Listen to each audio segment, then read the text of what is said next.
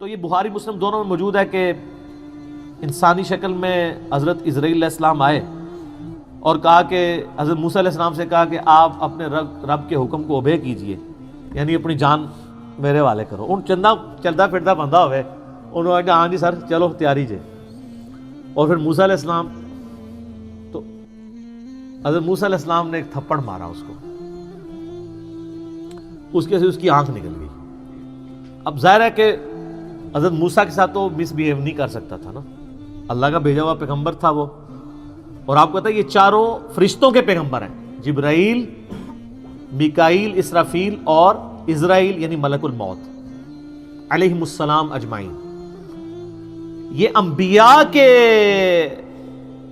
یعنی فرشتوں کے انبیاء ہیں، اسی وجہ سے یہ انسانوں کے انبیاء کے استاد بھی ہیں، ورنہ نبی کا استاد غیر نبی نہیں ہو سکتا۔ یہ میں آپ کو لاجیکلی بتا رہا ہوں۔ تو حضرت جبرائیل علیہ السلام انبیاء میں سے ہیں، فرشتوں کے انبیاء میں سے۔ تو وہ پھر اللہ تعالیٰ کے پاس واپس چلے گئے، حضرت ملک الموت، کہا کہ یا اللہ مجھے اس بندے کے پاس بھیجا ہے جو مرنے کو پسند نہیں کرتا، مرنے کو تو کوئی بھی نہیں پسند کرتا۔ تو اللہ تعالیٰ سے انہوں نے ریکویسٹ کی تو اللہ نے ان کی آنکھ ان کو واپس کر دی۔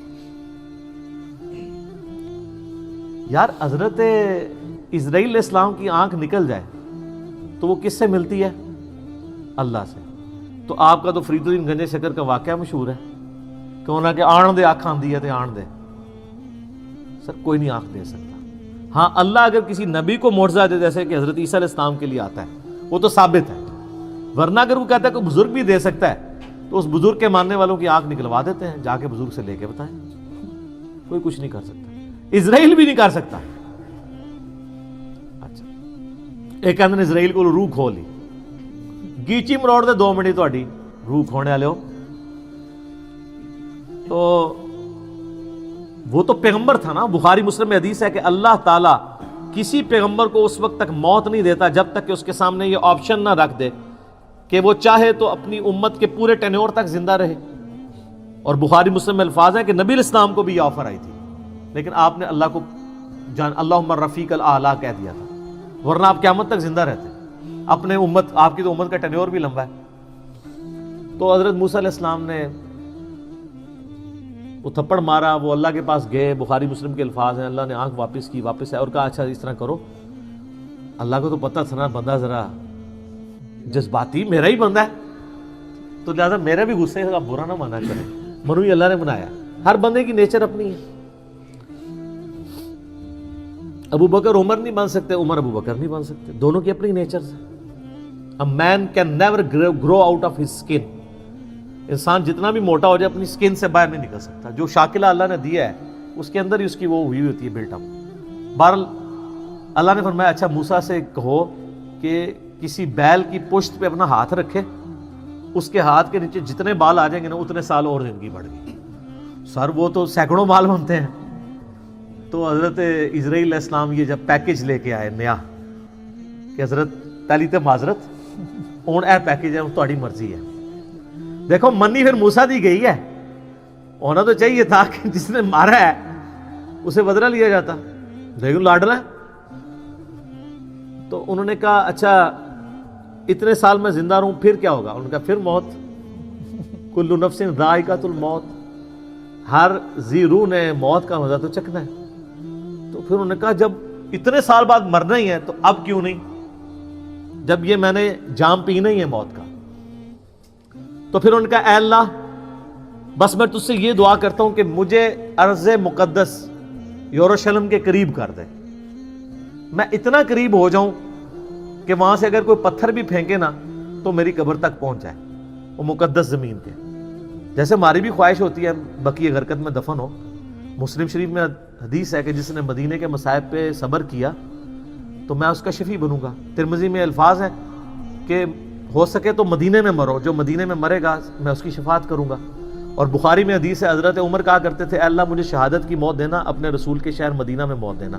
اللہ نے دونوں ان کی دعائیں قبول کر لیں، کیونکہ سب سے پہلے شفاعت اہل مدینہ کی ہونی ہے، بشرطے کہ وہ آپ کے فرقے کا ہو۔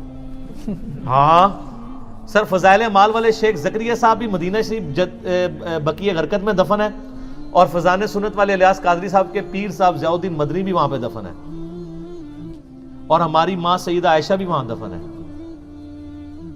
امام حسن علیہ السلام بھی وہاں پہ دفن ہے، امام باقر بھی وہاں پہ دفن ہے، امام مالک بھی وہاں پہ دفن ہے، حضرت عثمان غنی بھی وہاں پہ دفن ہے، اور عبداللہ ابن ابی بھی وہاں پہ دفن ہے۔ قبروں سے کوئی فرق نہیں پڑتا، اتنے نیک لوگوں کے ساتھ اس منافق کی قبر بھی ہے۔ پہلے تو سانجے قبرستان ہوتے سن نا۔ تو اچھا، انہوں نے دیکھ لیں اس سے اسرائیل سے نہیں کہا کہ منو جا لین دے، اللہ سے ہی مانگا ہے، تو اللہ نے ان کو قریب کر دیا۔